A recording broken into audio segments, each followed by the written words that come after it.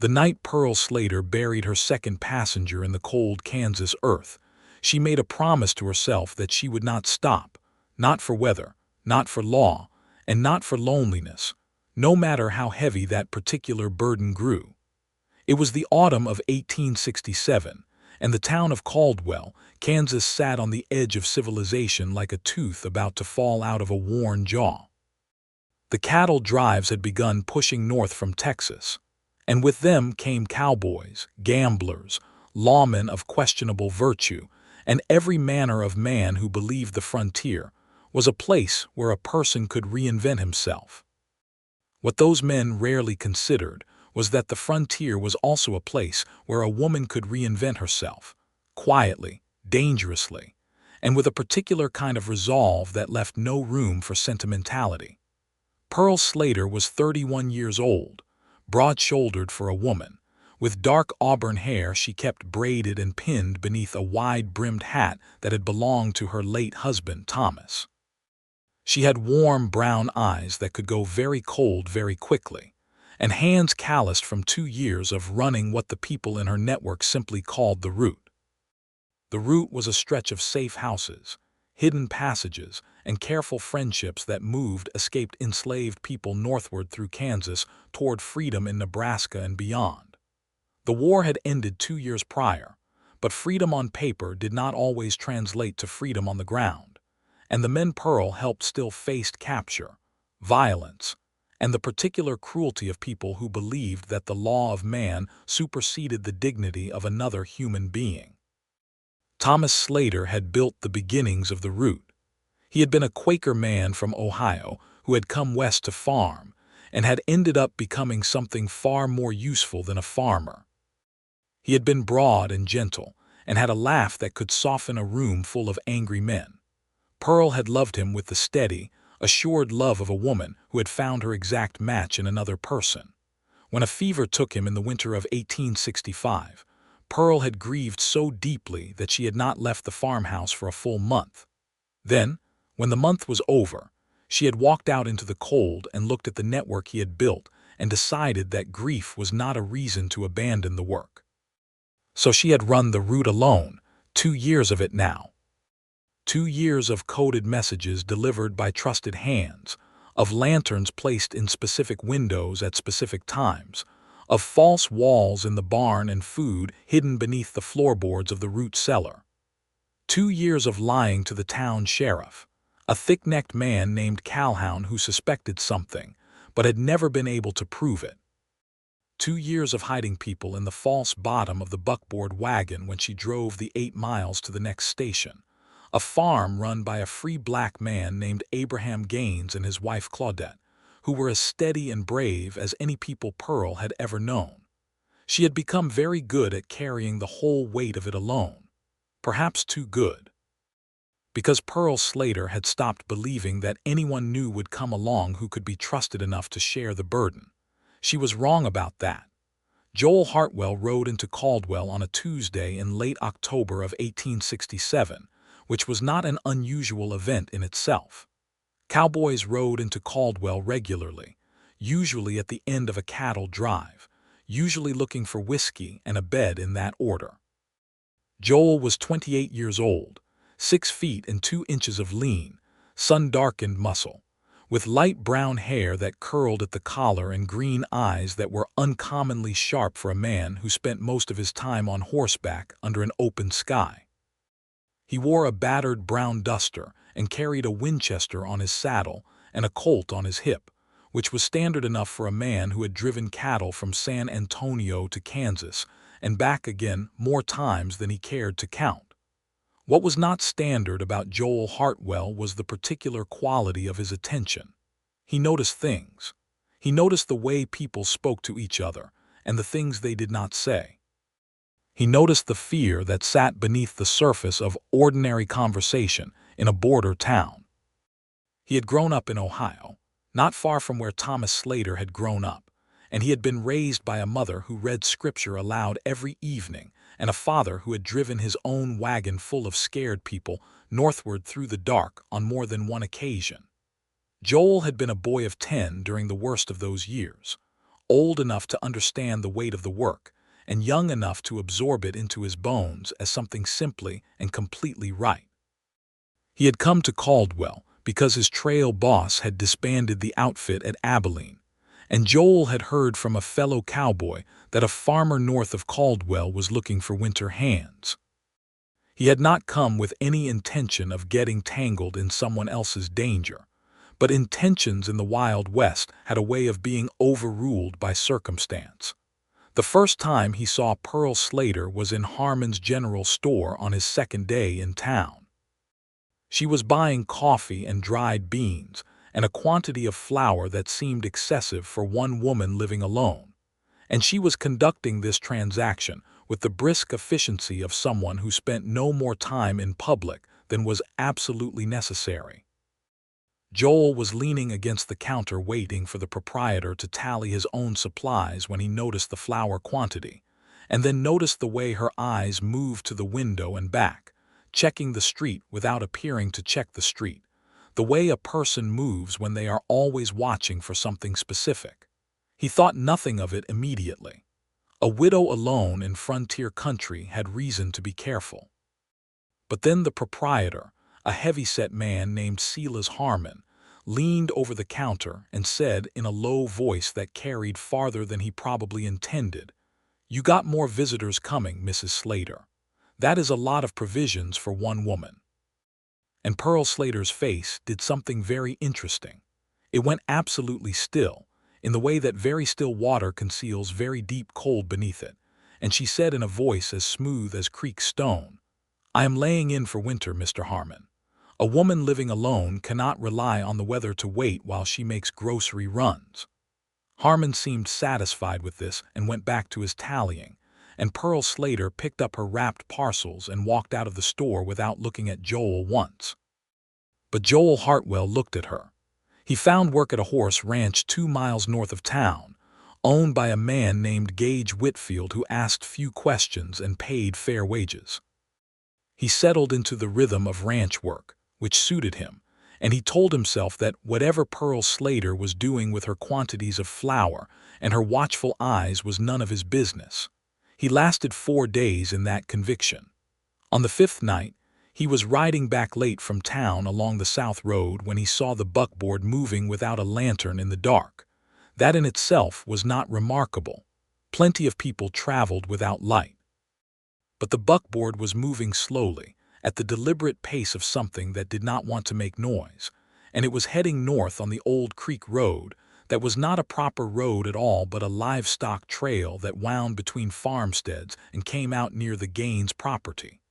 Joel reined in his horse and sat in the shadow of a cottonwood stand and watched. The moonlight was sufficient.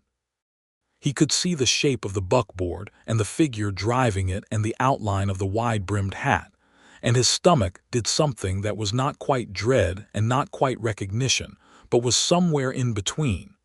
He did not follow. He turned his horse and rode back to the ranch and lay in his bunk staring at the ceiling for a long time. He had grown up with the work. He knew the signs. He knew the carefully excessive provisions, the watchful eyes, the nighttime movements on roads no one was supposed to know about. He knew the weight of it and the danger of it, and the way it pressed down on a person who carried it without anyone to share the load. He also knew that walking up to a person running a secret operation and announcing that you had figured it out was about the fastest way to get them killed. Trust was not a thing you declared. Trust was a thing you earned slowly through action, through consistency, through being exactly who you said you were even when it cost you something. So Joel Hartwell began doing something that probably looked, to any outside observer, like mild and general helpfulness. He started coming into town on the same days Pearl Slater came into town. He was careful about it. Not every time, not obviously, just often enough to place himself in her orbit. He helped carry her parcels to her wagon once, because she had stepped into the mud near the wagon wheel and her arms were full, and it would have been actively strange not to help.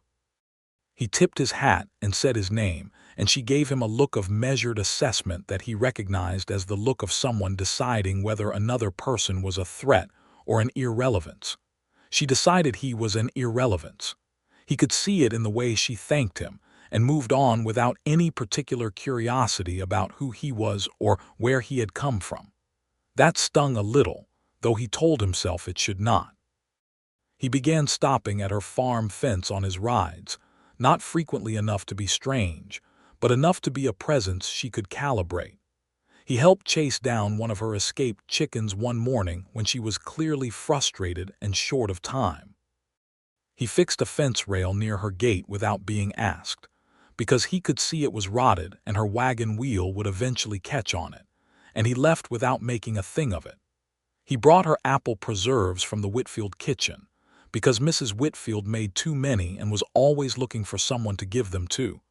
And he said so honestly when Pearl answered the door with a rifle in her hand and suspicion in every line of her face. That was when she spoke to him for the first time in more than a sentence. She looked at the jar of preserves, then at him, then back at the preserves, and she said, "You have been showing up an awful lot for a man who claims he just works at the Whitfield ranch." "I suppose I have," Joel said. He was careful to keep his voice easy. "I find I like this part of the county. The North Road is less interesting than you are making it seem," Pearl said. "Nothing out here but farms and cold." "I like farms," he said. "I grew up near farms." She looked at him for a long moment. The wind was doing something dramatic with the cottonwood leaves and the sky was the color of pewter, and Pearl Slater was standing in her doorway with a rifle and a look that could have cut glass, and Joel Hartwell thought she was the most formidable person he had ever seen in his life. "Where did you grow up?" she asked. "Ohio," he said. Something moved in her face, something small and quick that she locked back down almost immediately. "That's so," she said. "A long way from Kansas." "Yes, ma'am," he said. "But Ohio men tend to end up where there is work to be done." He did not say more than that. He left the preserves on the porch rail and tipped his hat and rode back south, and he did not look back because he knew she was watching him go and he did not want her to see him look. Pearl stood in her doorway and watched him until the curve of the road took him out of sight, and then she went back inside and set the jar of preserves on her kitchen table and stared at it for a long time. Ohio. Thomas had been from Ohio.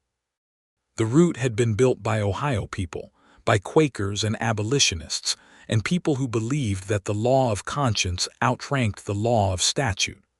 Ohio men ended up where there was work to be done. She told herself she was reading too much into a jar of apple preserves and a man who fixed fence rails. She told herself that coincidence was not the same as intention, and that trust was something that had to be earned, and that the worst mistake a person running a covert operation could make was to let loneliness cloud their judgment.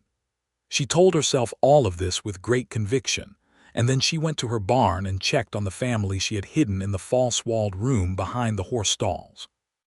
A woman named Delia and her 2 children, a boy of 8 named Isaac, and a girl of 5 named Ruth.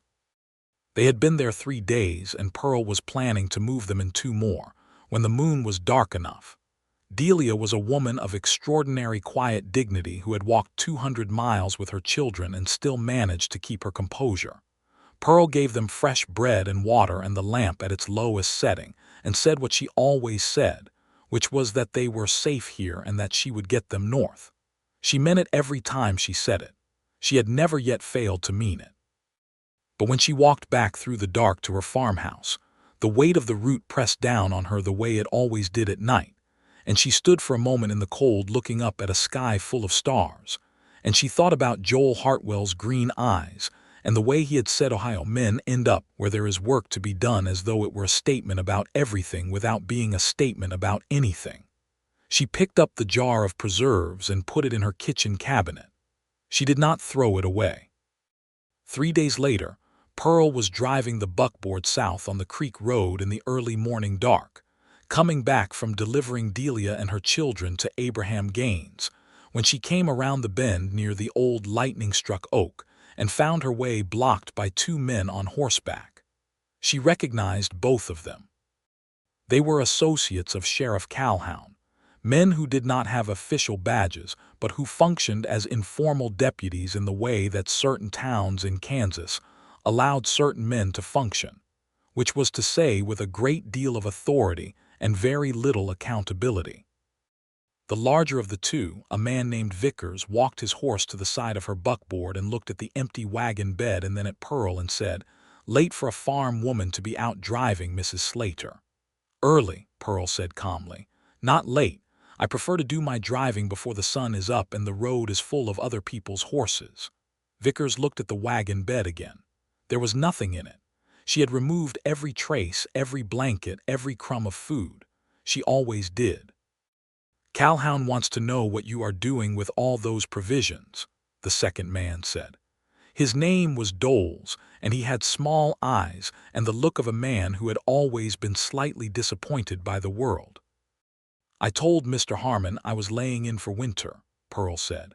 "I will tell Sheriff Calhoun the same thing if he would like to ask me himself rather than sending men to stop me on a road in the dark." "He would like to," Vickers said, and there was something in his voice that was not quite a threat but was everything adjacent to one. Pearl kept her face neutral and her hands steady on the reins and looked directly at Vickers until he looked away first.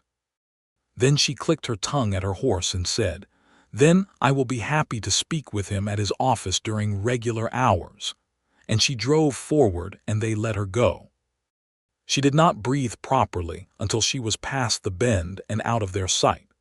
Then she breathed very deeply for about half a mile and told herself that it had been fine, and it continued to be fine, and that her hands were shaking on the reins for entirely reasonable physiological reasons having nothing to do with fear. She was almost back to her farm when she saw a figure on horseback at the edge of the creek road, sitting still in the early gray light, and her heart seized in her chest before she recognized the shape of the brown duster and the particular line of Joel Hartwell's shoulders. He rode to match her pace and said quietly, "I saw Vickers and Doles on the road." "Are you all right?" Pearl looked at him with a fury she had not expected.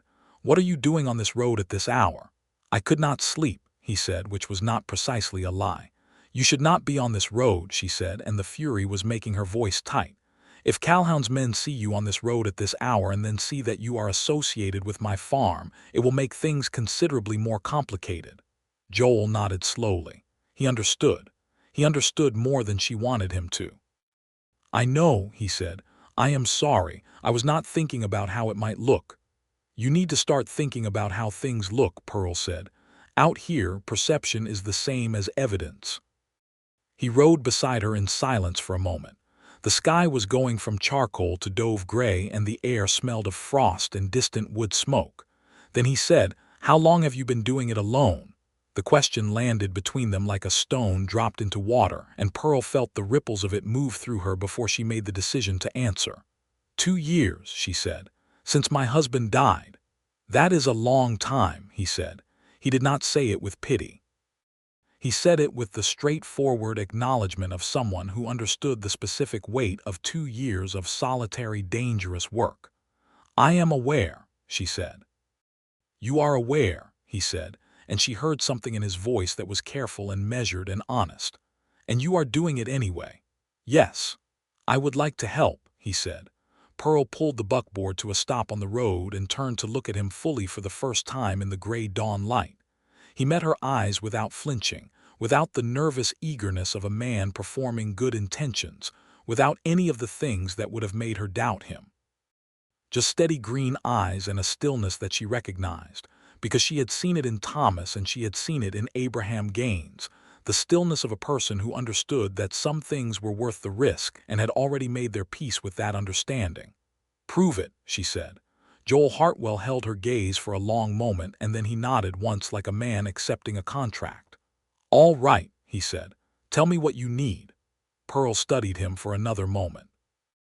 The dawn was coming fully now, cold and clear, and she made a decision in the way she always made decisions, which was to weigh the evidence available to her and then commit fully to her conclusion. Hio. The fence rail, the preserves, the way he had said what he had said without elaborating, without making declarations, without needing credit for being a good person. The fact that he had noticed what he had noticed and had come to find her in the dark instead of going to Calhoun. "Tonight," she said. "Come to the back of the barn at midnight. If you are not there by 5 past, I will assume you have reconsidered, and I will not think less of you for it. I will be there, he said. She clicked her tongue at her horse and drove on without looking back. He was there at midnight. He was there at 5 minutes to midnight, in fact, standing at the back of the barn in the dark in his brown duster with his hat in his hands, because he had the instinct to remove it in the presence of something that mattered. Pearl let him in through the side door and led him past the horses and through the heavy false door into the room behind the horse stalls. There was no one in the room at the moment. She had moved Delia and her children 2 nights ago and was waiting for the next person to come through. The room held 2 pallets, a lantern, a crate of provisions, and a carefully folded stack of blankets. The air smelled of hay and lamp oil, and the particular quality of safety that a hidden room develops when it has sheltered frightened people. Joel looked at all of it without speaking. He turned slowly, taking in the dimensions, the ventilation, the way the false wall was constructed, and Pearl could see him understanding the workmanship of it, the care and intelligence that had gone into building something like this inside what looked from the outside like a perfectly ordinary barn. My husband built the room, she said. I improved the door mechanism. It releases from both sides now. Joel touched the door latch on the interior side, a clever piece of spring-loaded iron that Pearl had engineered herself over the course of 3 evenings and a lot of frustration. That is good thinking, he said. I thought so, she said. How many people have come through, he said. 47, she said, since Thomas built the first version of the room in 1864. Joel was quiet for a moment. 47 people. The number had a weight to it. And you have done this alone for 2 years, he said, and it was not a question, just a confirmation. Yes, she said. What do you need from me, he said. Specifically, Pearl had been thinking about this since dawn. She pulled a small folded piece of paper from her coat pocket. The route runs north from here to the Gaines farm, 8 miles on the creek road. From Gaines, it goes another 12 miles to a station near Wichita, and from there it connects to a larger network that takes people to Topeka and eventually Nebraska. I run the first 8 miles. Abraham and Claudette Gaines run the next 12. The problem is the creek crossing. I know the creek, Joel said. It runs high in late autumn. Difficult with a wagon. Difficult with a wagon carrying a hidden compartment, Pearl said, because a high-water crossing requires speed and noise are what I cannot afford. Joel was nodding. He was already thinking. She could see it in the way his eyes went slightly distant. You need another route option for high water, he said, or a better crossing point. 2 miles east of the road crossing, there is a shallow ford, Pearl said. Thomas used it twice before he died. It adds time, but it is quieter. The problem is that I cannot drive the buckboard through that ford alone at night. The wagon pulls left and the water is unpredictable, and I need someone to walk the horse through. I can do that, Joel said immediately. That is one thing, Pearl said. The other thing is Calhoun. He is getting more suspicious, and he is using Vickers and Doles to watch the roads at irregular hours. I need someone who can watch the town and know when they are moving and warn me. I can do that too, Joel said. Pearl looked at him with the measuring look she had given him from the beginning. I want you to understand what you are agreeing to, she said. If Calhoun catches you, you will not just lose your job at the Whitfield Ranch. You will face criminal charges. You may face violence. The men he has working for him are not gentle. I know, Joel said. I am not asking for bravery, Pearl said. I am asking for steadiness. Bravery gets people killed. Steadiness keeps people alive. My father was the steadiest man I ever knew, Joel said. He ran 3 families north over the course of 4 winters, never lost anyone. He was not brave in the way people usually mean it. He was just absolutely certain about what was right. Pearl was quiet for a moment. What was his name, she said. William, Joel said. William Hartwell. He died in the war in '63. He was not a soldier. He was 49 years old and he caught a disease in a camp hospital where he was volunteering. That was how he died. I am sorry, Pearl said, and she meant it. My mother ran the route alone after that, Joel said, for 8 months until the war ended. She was 52 years old and she did not let anyone stop her. He paused. "I thought you should know where I come from." Pearl folded the piece of paper and put it back in her coat pocket. "All right," she said. "You help me with the creek ford next time I have someone to move, and we will see how that goes. And I would like you to start coming into town on market days so that your presence is normalized. The more ordinary your comings and goings look, the less anyone will notice when they are not ordinary." "That suits me fine," Joel said. Pearl lifted the lantern and led him back through the false door and through the barn and out into the cold night. She stood in the dark for a moment and said, "Thank you for coming." "Thank you for letting me," he said. He put his hat back on and looked at her in the lantern light for a moment that lasted perhaps a second longer than necessary, and then he walked to where he had tied his horse and rode away south. Pearl went back inside and sat at her kitchen table for a long time, not thinking about the route for once, but about the weight of loneliness and how strange it was that 2 years of carrying something alone could make you forget what it felt like to have someone willing to carry it with you. She opened the cabinet and looked at the jar of apple preserves. She opened it and ate some with a spoon, and it was very good. The first time Joel helped her with the creek ford was 3 weeks later, in mid-November, when a man named Samuel came through the route carrying nothing but the clothes on his back and a photograph of a woman that he held against his chest like a prayer. Samuel was 44 years old, soft-spoken, with a dignity that made Pearl feel a deep and specific anger at the world that had required him to run for his life. She fed him and gave him warm clothes from the box she kept for exactly this purpose. And on the second night, she came and got Joel from the Whitfield ranch with a knock on the bunkhouse window. Joel was dressed and at the barn in 11 minutes. They moved Samuel to the buckboard together, speaking in low voices and moving with the practiced quiet of people who had learned that silence was a kind of armor. The creek was running fast with recent rain, and when they reached the ford 2 miles east of the road crossing, Joel stepped down from the horse without being asked and waded into the knee to test the bottom. He came back and said it was firm and shallow enough, and then he took the horse's bridle and walked them through, while Pearl kept the reins steady and Samuel sat in the hidden compartment beneath the wagon floor with his photograph pressed to his chest. They came through the ford clean and quiet, and Pearl exhaled a breath she felt she had been holding for 2 years. On the other side, Joel climbed back up beside her on the buckboard seat, wet to the knee, and did not say anything about it. They drove the remaining miles to the Gaines farm in companionable silence, broken only by the occasional sound of an owl or the wind in the grass. Abraham Gaines met them at the barn with a lantern and took one look at Samuel and shook his hand with both of his, and said that he was safe now, and that the next leg would take him somewhere warm. Claudette came out with food and a dry blanket, and Pearl watched the way the Gaines family absorbed this stranger into their protection with the same steady grace they had shown 47 times before, and felt the specific gratitude she always felt for these people who risked everything and asked for nothing. On the drive back, with the buckboard empty and the sky beginning to lighten at the eastern edge, Joel said, "Your network is remarkable." "It is not mine alone," Pearl said. "It is built out of a lot of people's courage." "Including yours," he said. She did not respond to that directly. "Your feet must be freezing," she said. "They are," he said cheerfully. "Significantly." She laughed. It was a quiet sound but genuine, and it surprised both of them a little. She had not laughed much in 2 years, and the sound of it felt rusty and good at the same time, like a hinge that had not been used but still worked.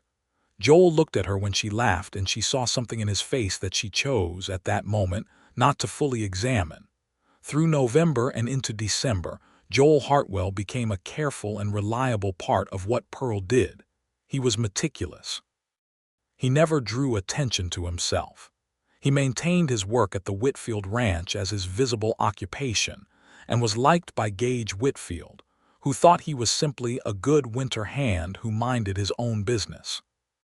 He came into town on the same market days as Pearl, helped load her supplies into the wagon with the naturalness of a man who had been doing it for years, and exchanged exactly the kind of casual conversation with her that two neighbors might exchange, not friendly enough to raise eyebrows, not cold enough to seem deliberate.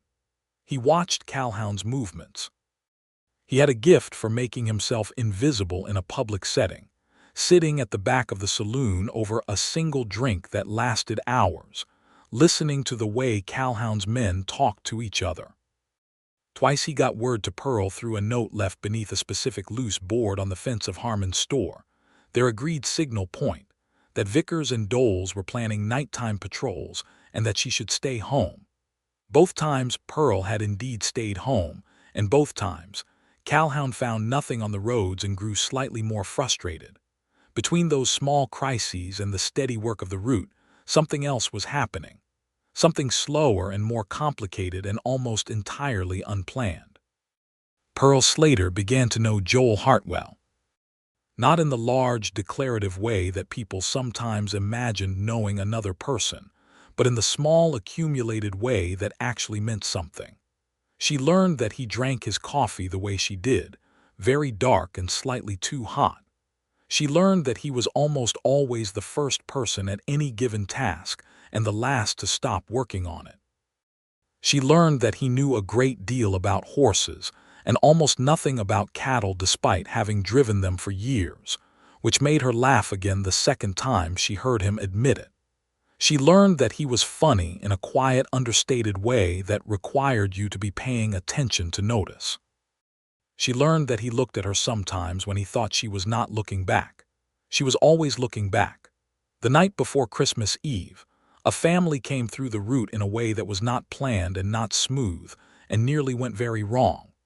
There were 4 of them, a husband named Ezra and his wife Martha and their 2 daughters aged 14 and 16, and they arrived at Pearl's farm in a state of complete exhaustion and fear that was different from the usual fear.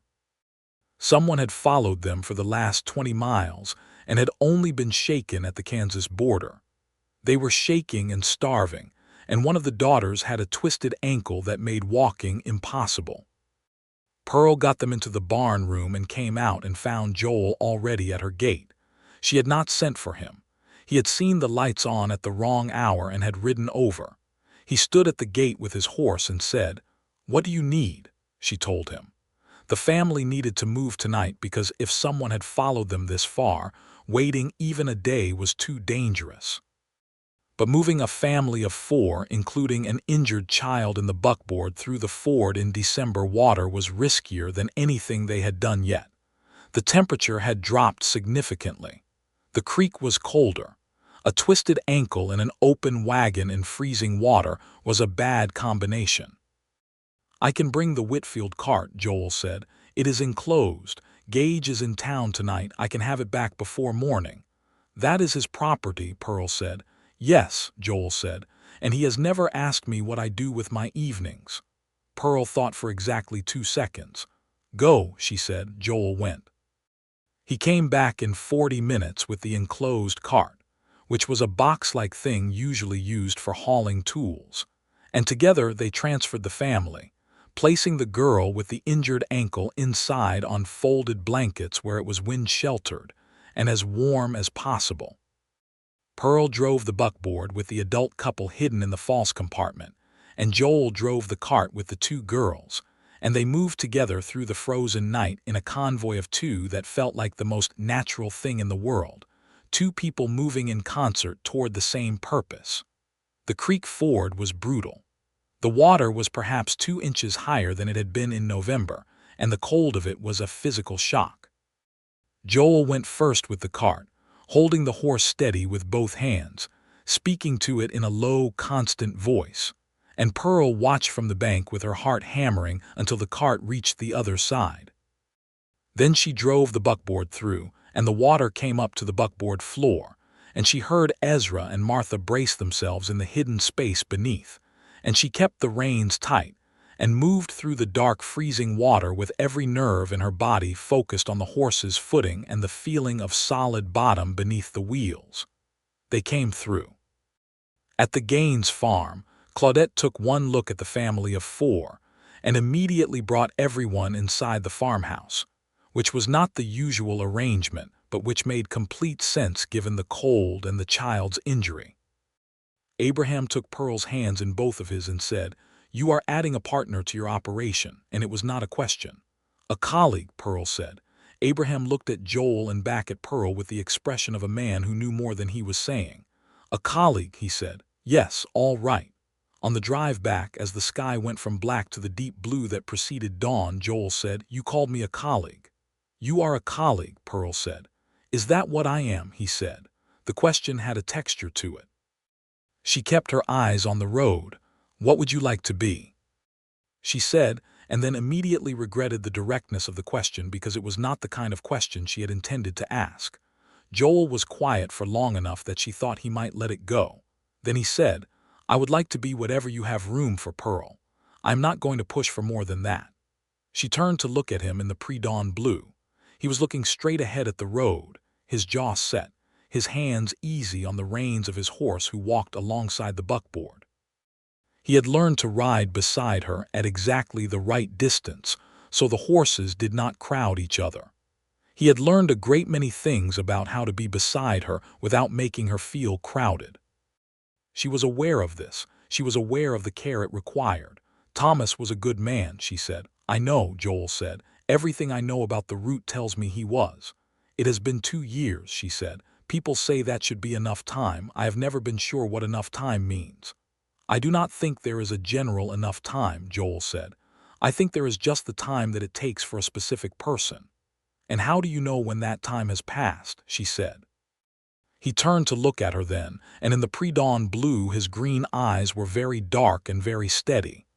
"I think," he said carefully, "that you start noticing other people again.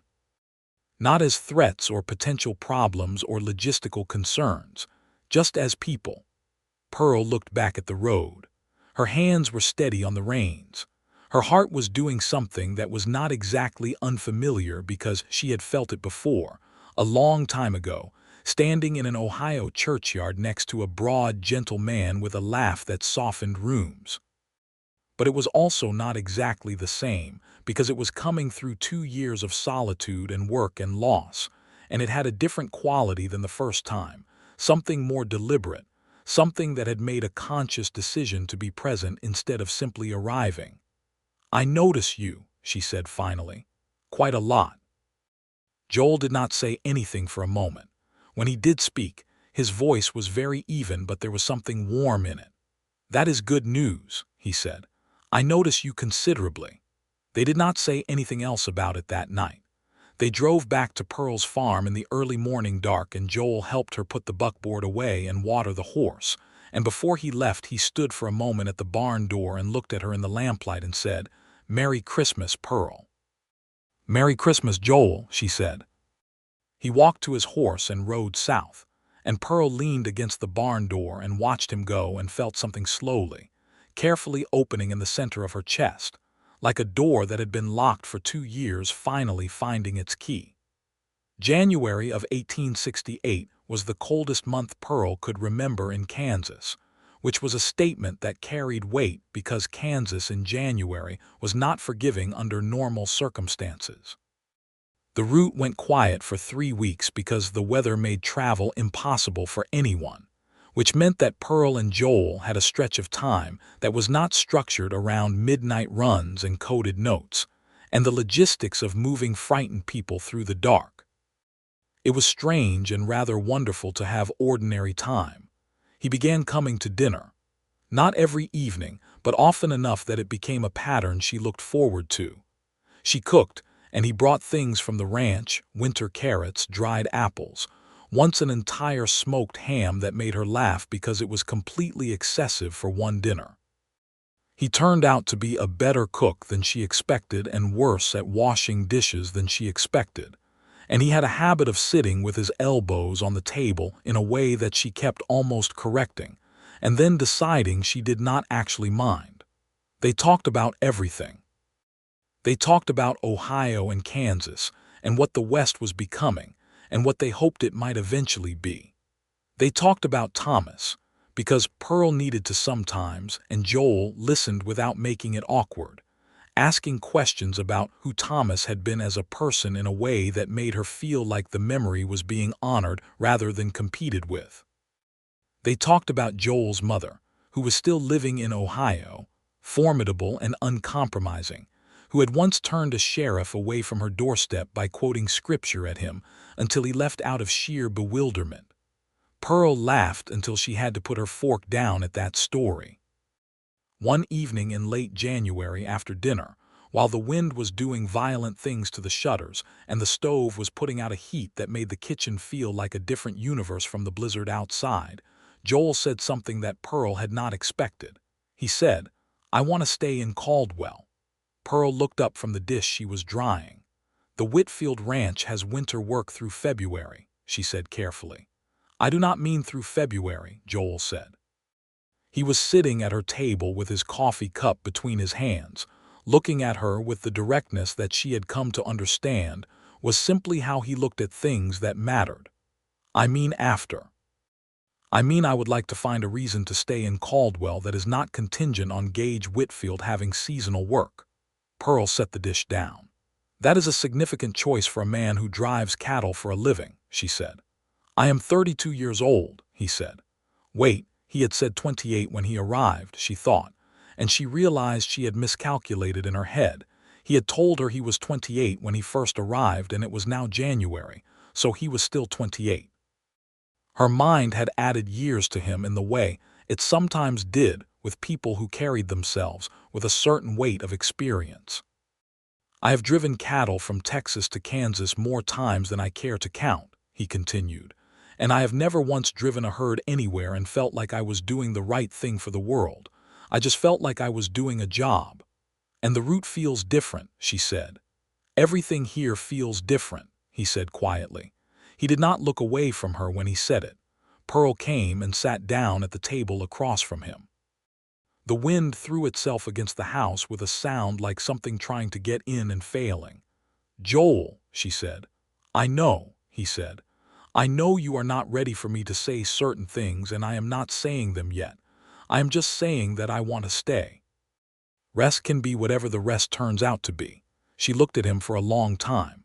"There is a property half a mile north of here," she said slowly.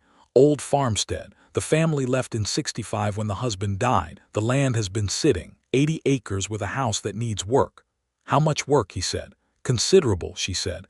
"The roof needs replacing in 2 sections. The well might need relining. The barn is in better shape than the house." "I can do all of that," he said without hesitation. "In January," she said, raising an eyebrow. "Roofing can wait for spring," he said, and his mouth curved slightly. "I know how to wait for things." She smiled at that. She could not help it. "I will write to the county land office tomorrow," she said. "The property might still be claimable." Joel reached across the table and put his hand over hers just briefly, just the warm, solid pressure of it for a moment. "Thank you," he said. Pearl looked down at his hand over hers and then back up at his face and said, "Do not thank me yet. You have not seen the roof."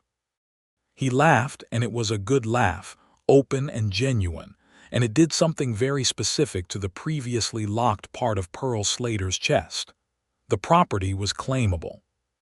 By early February, Joel Hartwell had filed the necessary paperwork at the county land office in Caldwell, and had paid the required sum from his cattle-driving savings, and was officially the owner of 80 acres and one very challenged farmhouse half a mile north of Pearl's property. He began working on it in the late winter with the focused application of a man who intended to make something last, and Pearl walked over most days to check on the progress, and if she was honest with herself, to see him. They were careful. The town of Caldwell had a certain way of watching and interpreting what it watched, and while Pearl did not care particularly what people thought of her personally, she cared about not giving Calhoun any additional reason to pay attention to her farm or the people who spent time on it. So she and Joel maintained the comfortable fiction of neighborliness, 2 people who happened to have adjacent land and happened to help each other with agricultural tasks. The fact that it was not entirely fiction made it considerably easier to maintain. In March, the route picked back up. 3 people came through in the first 2 weeks, and each time Joel was there exactly when Pearl needed him.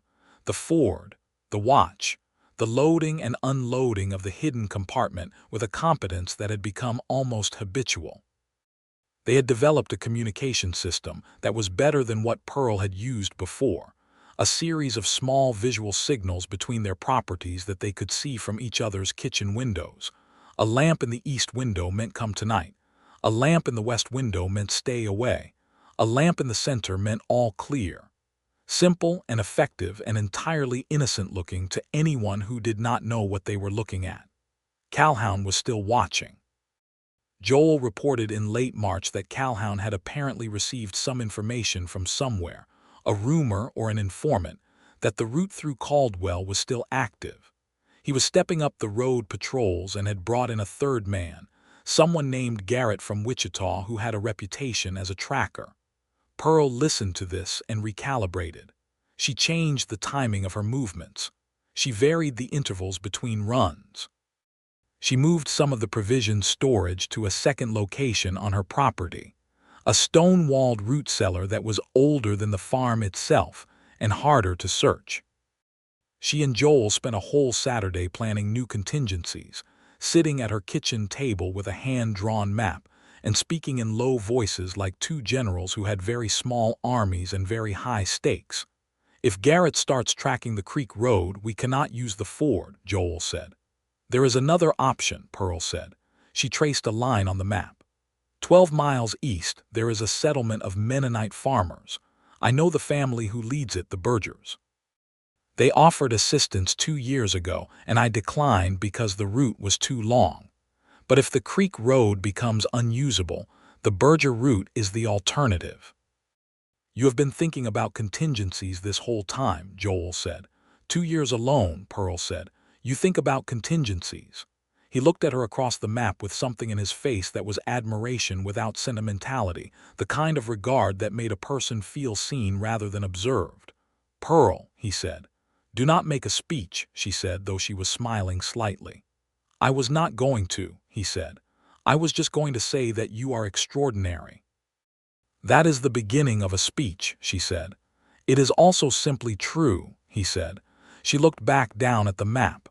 Her cheeks were warm in a way that had nothing to do with the kitchen stove. Tell me more about this, Garrett, she said. He told her. And they planned. And the planning was good because 3 weeks later Garrett did indeed start working the creek road with a methodical attention that required Pearl to switch to the Berger route for a full 2 months.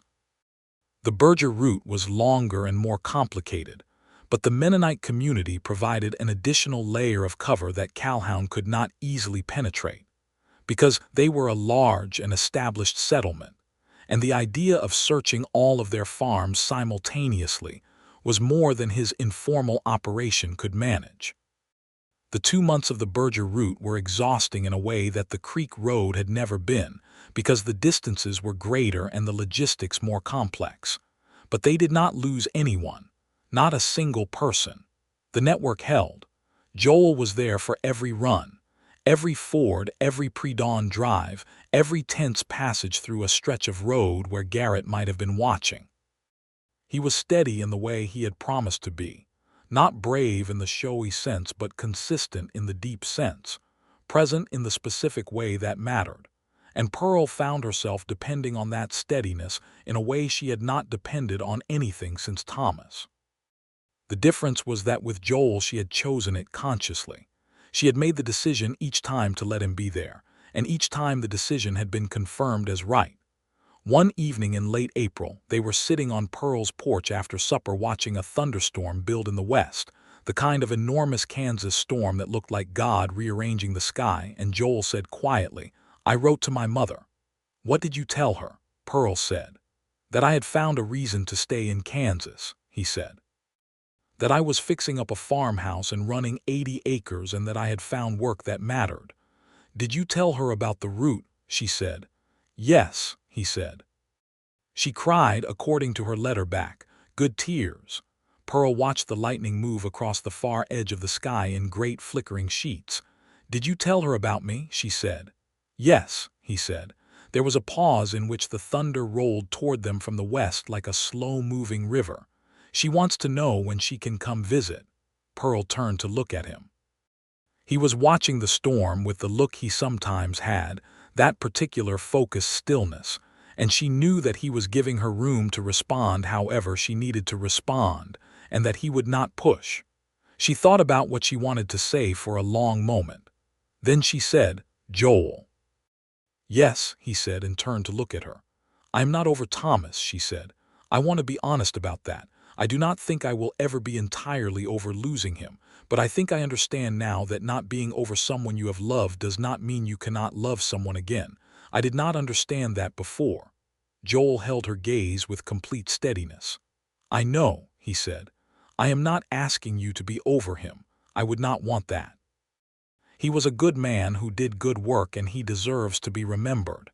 "Yes," she said, "he does." "But you deserve to be present too," Joel said. "You deserve to be here in the present, not just in the work." Pearl looked at him for a long moment in the flickering light of the approaching storm.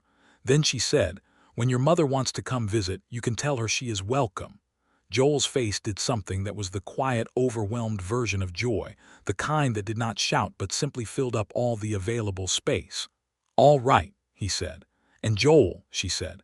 "Yes." "I think you know what I am trying to say," she said, "without me having to make a formal declaration of it in the middle of a thunderstorm."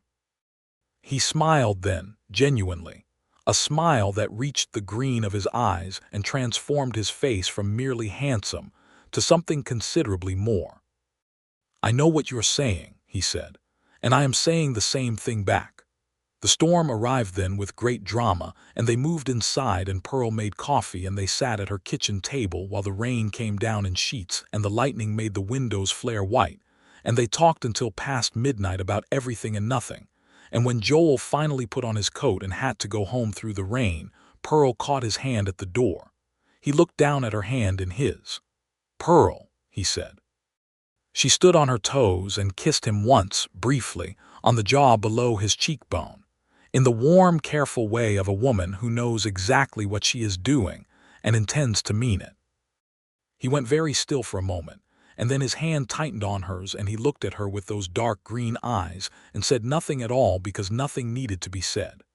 "Good night," she said. "Good night, Pearl," he said. He walked out into the rain and she stood at the door and watched him go and felt something settle into place inside her. Not the dramatic dropping of a weight but the quieter, more permanent sensation of a foundation being laid, solid and level and meant to last. The summer of 1868 brought changes to the route that required everything Pearl and Joel had built together to hold under real pressure. In June, Calhoun made his most aggressive move yet. He arrested Abraham Gaines on a charge that was transparently fabricated, claiming that Abraham had been harboring criminals on his property, which was technically an inversion of the actual situation, but was legally actionable in a way that made Pearl's blood go cold. Abraham was held in the Caldwell jail for 4 days, while Claudette worked to raise money for a lawyer from Wichita. Pearl went to see Abraham in the jail. She brought him food because the jail food was reportedly terrible, and she sat across from him in the visitor area with a composed face, and spoke to him in careful words about entirely normal agricultural topics, while conveying through the particular phrasing of those topics that the route was going dark, until he was released, and that Claudette had support from the network. Abraham was composed and dignified and furious in the quiet way of a man who had been navigating injustice his entire life and understood that a visible fury was a liability. He ate her bread and said that the lawyer from Wichita was good and that he expected to be out by end of week. He was right. The charges were dismissed on day 4 because Calhoun's deputy had filled out the arrest documentation incorrectly. A fortunate bureaucratic error that Pearl suspected was not entirely accidental, as the deputy in question had a wife who attended the same church as Claudette Gaines. Abraham came home on a Thursday, and the Gaines farm threw a quiet supper for the network that Friday. Pearl and Joel rode out together in the early evening, the first time they had gone somewhere together openly as more than neighbors, and Claudette noticed and said nothing except to smile and seat them next to each other at the long table. After supper, Abraham took Joel aside for a conversation that lasted 20 minutes. Pearl watched from across the yard without interjecting because she understood that Abraham needed to assess Joel directly, not through Pearl's account of him, but through the specific quality of his own attention. When Joel came back to her, Abraham was with him, and Abraham put his hand briefly on Joel's shoulder and said to Pearl, "He will do," which from Abraham Gaines was an endorsement of considerable weight. "I know," Pearl said. Abraham shook Joel's hand and went back to his guests, and Joel came to stand beside Pearl in the warm June evening and said quietly, "He made me explain exactly why I am doing this." "What did you say?" Pearl said. "The truth," Joel said, "that I was raised to believe it was right, and that I fell in love with the woman running the station." Pearl went very still. "Joel," she said. "I know," he said. "I know it is early, and I know you are still finding your way, and I am not asking anything of you tonight. I just want you to know that it is true." She looked at the summer evening spread out around them, the Gaines farm glowing with lamplight, the smell of supper and warm grass. All of these people she had come to know through the work, all of this life that had accumulated around her in the 2 years she had been carrying things alone, and the months since she had stopped being alone. She looked at Joel Hartwell standing beside her with his heart completely visible in his face and his willingness to wait completely visible in the steadiness of his posture. "It is not that early," she said. "It has been 7 months. "Has it?" he said. 7 months is not nothing," she said. "I am 31 years old and I know my own mind." Turned to look at her fully. "Are you telling me something?" he said. "I am telling you," she said carefully, "that I love you too, and that I have known it for a while and have been taking my time about saying it because saying it out loud is a significant thing." He looked at her for a long moment in the June evening, and then he reached out and took her hand, not urgently, not dramatically, just the warm, solid clasp of someone who intended to hold on. "It is," he said. "It is a very significant thing." She held his hand and looked out at the Gaines farm and felt the full weight of the present moment, all of it, the joy and the grief and the work and the love, all pressing together into something that was not simple or easy, but was undeniably and completely real. Claudette, from across the yard, raised her glass in a small private toast that only Pearl and Joel saw, and Pearl laughed, and the sound of it carried across the warm evening air like something finally set free. The autumn of 1868 was full and complicated, and very nearly perfect. Joel's farmhouse roof was replaced in September with the help of Gage Whitfield, who turned out to be both a decent carpenter and a man of surprising discretion. Joel had not told Whitfield directly about the route, but Whitfield was the kind of man who noticed things and filed them away without comment, and when he helped Joel replace the roof he looked at the property with a thoroughness that Pearl interpreted as the look of a man cataloging exits and approaches, and she thought that in another life Whitfield might have been a person they could bring into the network. She and Joel discussed it. They decided to wait. Some things should not be rushed. The well at Joel's property did need relining, which was an involved and expensive project that Pearl helped finance from her savings, which Joel protested and she overruled, saying that it was a practical arrangement and not a statement about anything, and he said it was also a statement about everything, and she said fine, it was both, and he laughed and agreed to let her help. 3 more families came through the route in September and October. Each one arrived with their own particular story of where they had come from and what they had survived, and each one left carrying a small amount of provisions from Pearl's carefully maintained stores, and the address of the next contact on the route, memorized and never written down. The network stretched all the way to Nebraska now, and Pearl knew the names and characteristics of every station keeper from Caldwell to Omaha. She and Joel had begun maintaining a coded record of the operation in a journal that lived in a fireproof tin box beneath the root cellar floor. In October, Calhoun tried again. This time he came himself, on a Tuesday morning, with Vickers and Garrett and an official-looking document that he said was a warrant to search the property. Pearl had 15 minutes of warning because Joel had seen them riding from town and had ridden fast around the back way to tell her, and 15 minutes was enough. She moved. She was very good at moving quickly when she needed to. The root cellar door was locked and covered with its usual layer of innocent-looking canned goods. The barn room held nothing. The house was perfectly ordered. The only excess provisions she had out were the winter stores that any sensible woman would keep, and she had 3 separate cover stories prepared for every suspicious object on her property. Calhoun searched for 2 hours. He found nothing. Pearl served him coffee while he searched because it was the most psychologically destabilizing thing she could think of, to be so entirely untroubled that she was hosting him like a guest.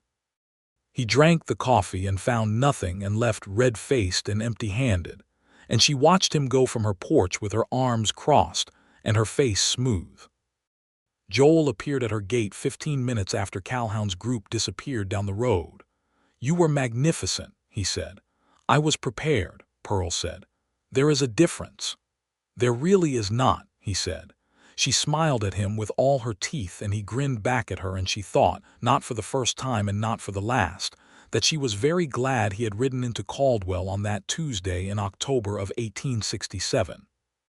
The proposal happened in November, which Pearl could have predicted if she had been paying attention to the particular quality of Joel's thoughtfulness in the 2 weeks preceding it.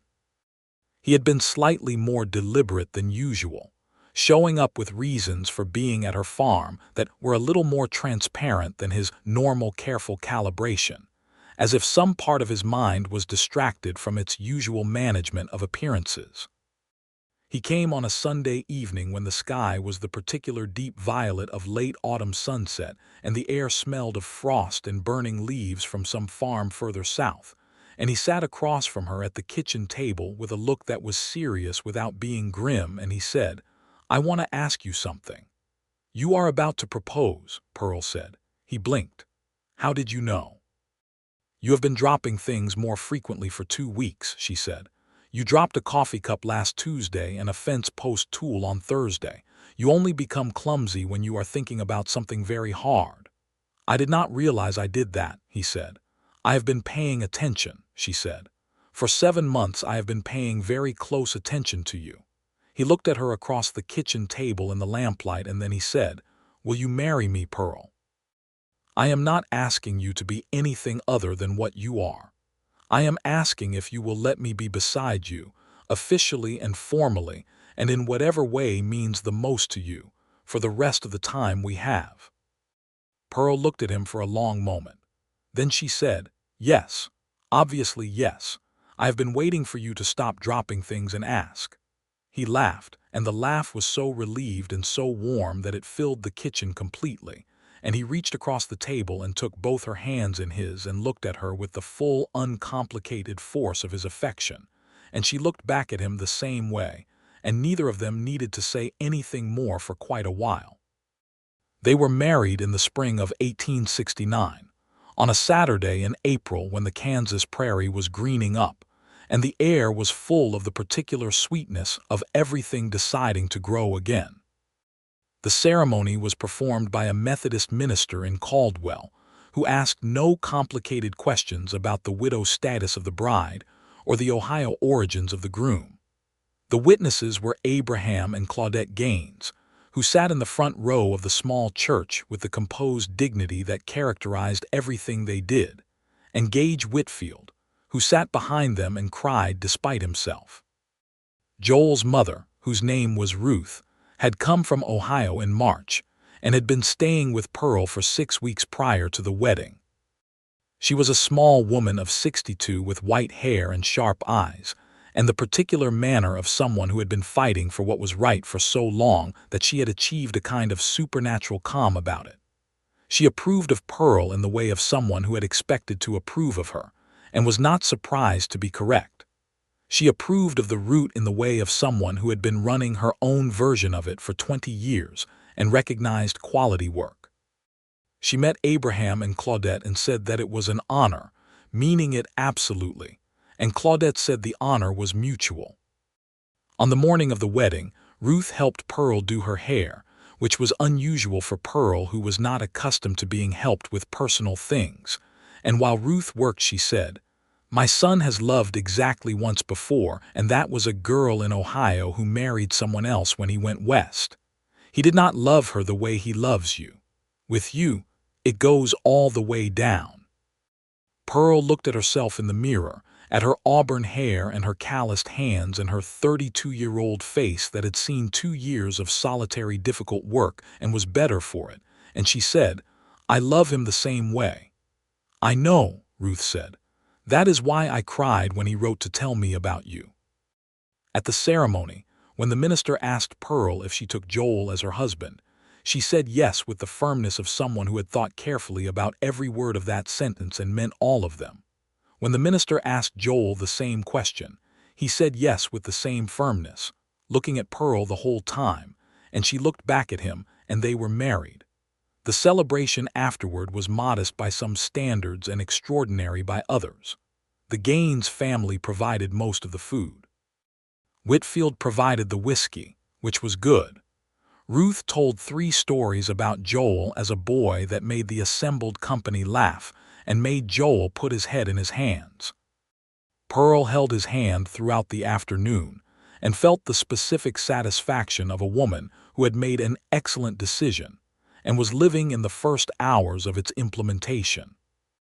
That night, in the farmhouse that was now theirs together, because they had decided to combine properties by working both farms, and Joel had moved his operation to Pearl's larger farmhouse, while maintaining the northern property for its land.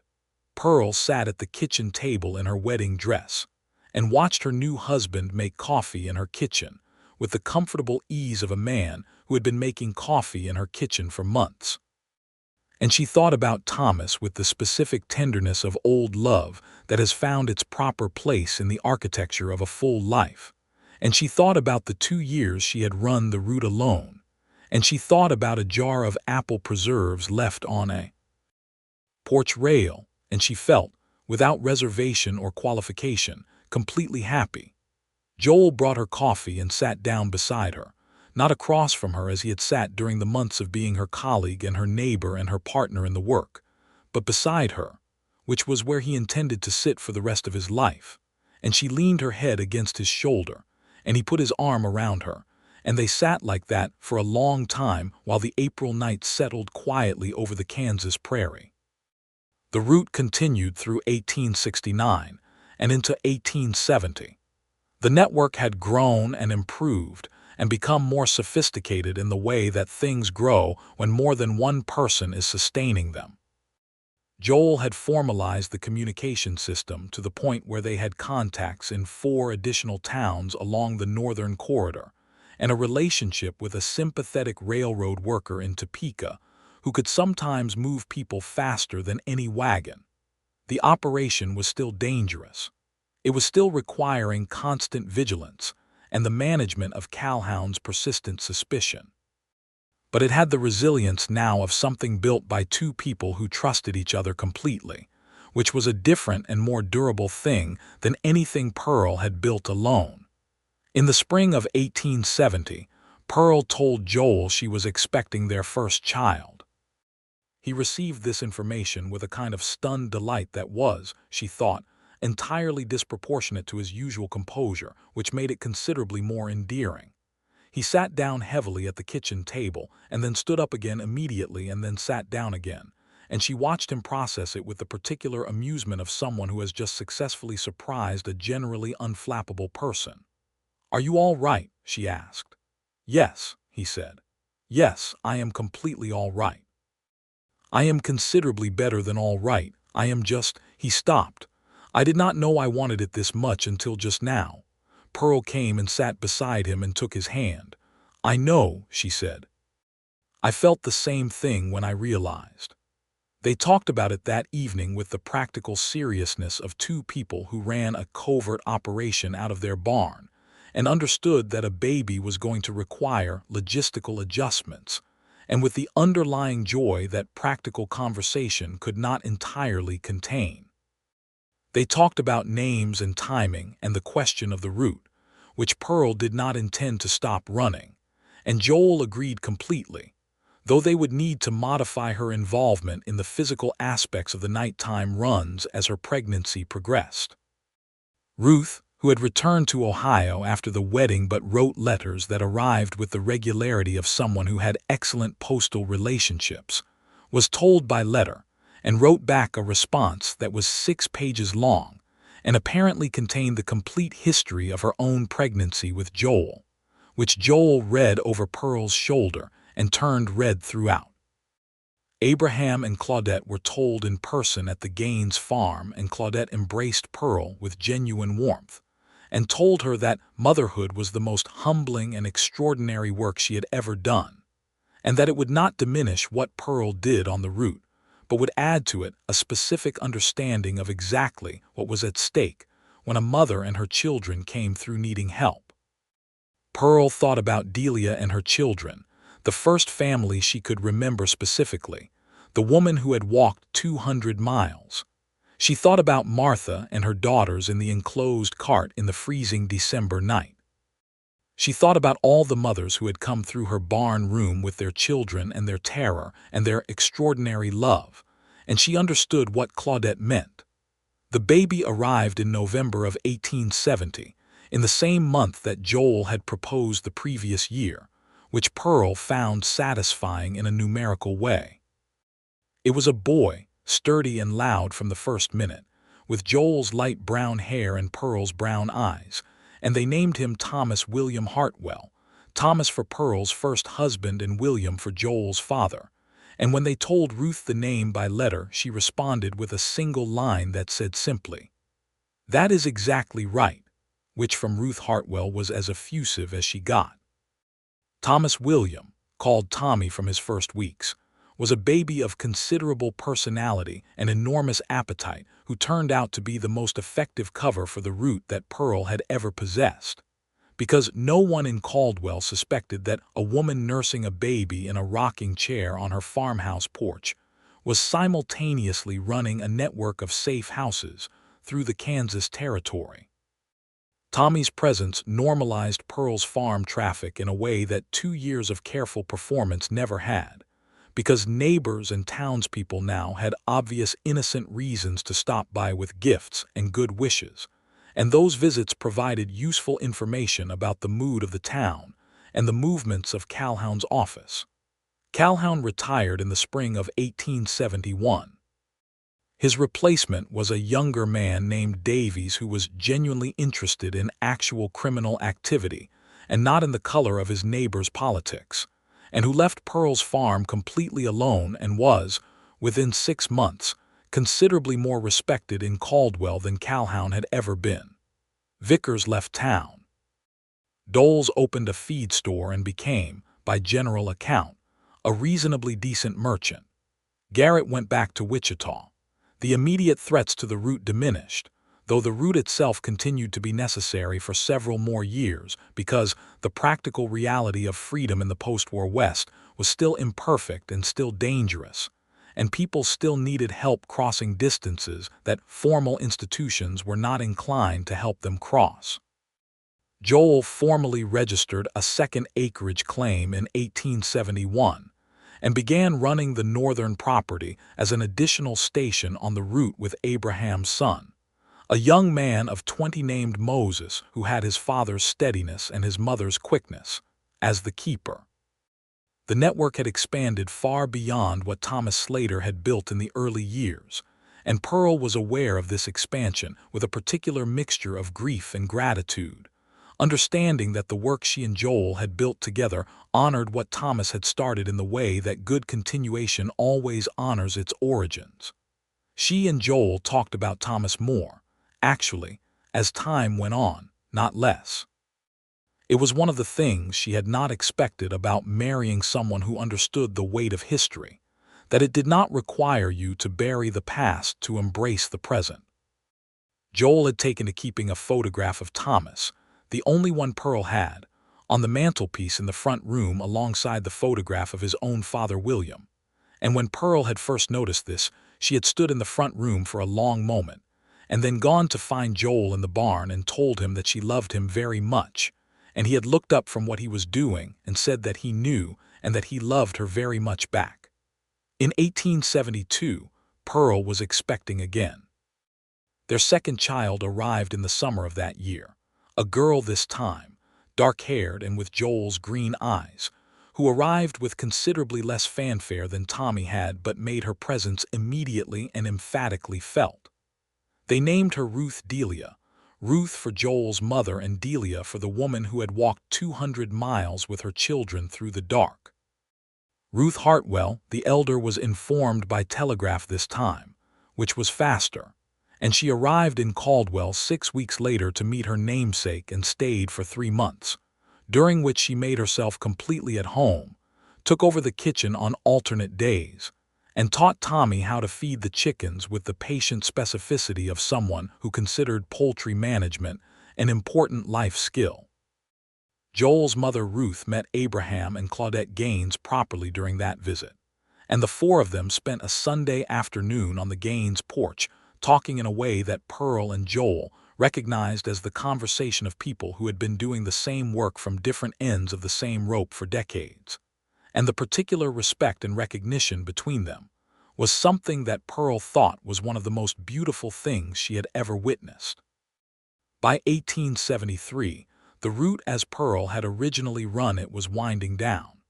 The broader network had developed formal channels and institutional support in ways that made the covert individual station model less necessary. Abraham and Claudette celebrated this development with a quiet satisfaction that had nothing performative in it. Moses was doing work with a Freedmen's Aid Society in Topeka. The world was changing, imperfectly and incompletely, and with the infuriating slowness of institutional justice, but genuinely. Pearl and Joel and their 2 children remained in Caldwell. The farm had grown considerably. Joel had turned out to have a real aptitude for horses, and had established a small but reputable horse breeding operation that was known through several counties. Pearl had begun teaching at the Caldwell schoolhouse 2 days a week, which gave her an outlet for her considerable organizational intelligence and a connection to the community that she valued. Tommy was 3 years old and Ruth Delia was 1, and the farmhouse was full of the specific productive chaos of a household with small children and 2 adults who had never quite learned to be unbusy. There were always projects underway, always something being built or fixed or planned. There were letters from Ruth in Ohio, who was 70 and still formidable, and had recently begun writing a memoir that she said she intended to leave behind for posterity, and letters from Moses Gaines in Topeka, and the occasional careful coded note from farther reaches of the network. One October evening, when the prairie was doing the thing it did in autumn where the light went golden and the air went crystalline, and everything looked like a painting of itself rather than the thing itself, Pearl and Joel sat on the porch after the children were in bed and watched the last of the light leave the sky. "Do you remember the first time you drove that buckboard through the ford?" Joel said. "I remember that your feet were frozen," Pearl said. "They were significantly frozen," he said, "but you laughed, and I thought it was the best sound I had ever heard." She leaned against him on the porch bench. He put his arm around her. The stars were coming out above the dark line of the prairie, and the night was very quiet and very full at the same time. "I thought about this farm sometimes," Pearl said, "during the 2 years before you came. I thought about how strange it was to have built something significant in a place that did not know it was significant. All those people who passed through that barn, and the town of Caldwell had no idea." "The people who passed through knew," Joel said. "That is what mattered." "Yes," she said, "and Abraham and Claudette knew, and now you know." She paused. "It is different having someone know. It was always the right work whether anyone knew or not, but having someone know makes it possible to carry it differently." "You carried it well alone," he said. "I carried it adequately alone," she said. "I carry it better with you." He pulled her a little closer and pressed his lips to the top of her head, and she felt the warmth of him in the October cold and the steadiness of him in the way she always felt it now, not as a novelty or a relief, but as a foundation, the reliable, solid fact of him beside her. "I am glad I rode into Caldwell," he said. "I am glad you fixed that fence rail," she said. "I would probably have eventually spoken to you just for that." "Just for that," he said, affronted. "And the apple preserves," she allowed. "Better," he said. They sat together on the porch and watched the Kansas stars fill up the enormous prairie sky above them until the cold drove them inside. And Pearl made coffee, and they sat at the kitchen table together the way they had done on so many evenings now, talking about the children and the horses and the letters from Ohio, and the things that needed doing on the farm and the state of the world and everything and nothing, with the ease of two people who have found in each other not just love, but its most sustaining form, which is the kind that makes ordinary evenings feel like a kind of grace. In the years that followed, the Hartwell farm became what Pearl and Joel had built it to be without entirely planning it, a place of great steadiness and considerable warmth, where their children grew up understanding that the world required both practical good work and specific personal courage, and that these things were not noble abstractions, but daily choices made in kitchens and barns and on creek roads in the dark. Tommy grew into a thoughtful boy, who his grandfather, William's directness, without his father's early awkwardness. Ruth Delia had her grandmother's green eyes and her mother's absolute confidence in her own assessments, which made her formidable before she was 5 and promised interesting things for the years beyond. A third child came in 1875, another boy, named Abraham Joel Hartwell, who arrived in the spring, and who came into the world with the same volume and certainty of the first two, and who was carried over to the Gaines farm at 2 months old to be held by his namesake, who sat with the baby in his large hands and said quietly that it was a fine name for a fine child. The route that Pearl had run alone through 2 years of Kansas winter and prairie dark, and the specific loneliness of important secret work had become, in the years of Joel's presence, something larger and more resilient and more connected than she had managed alone.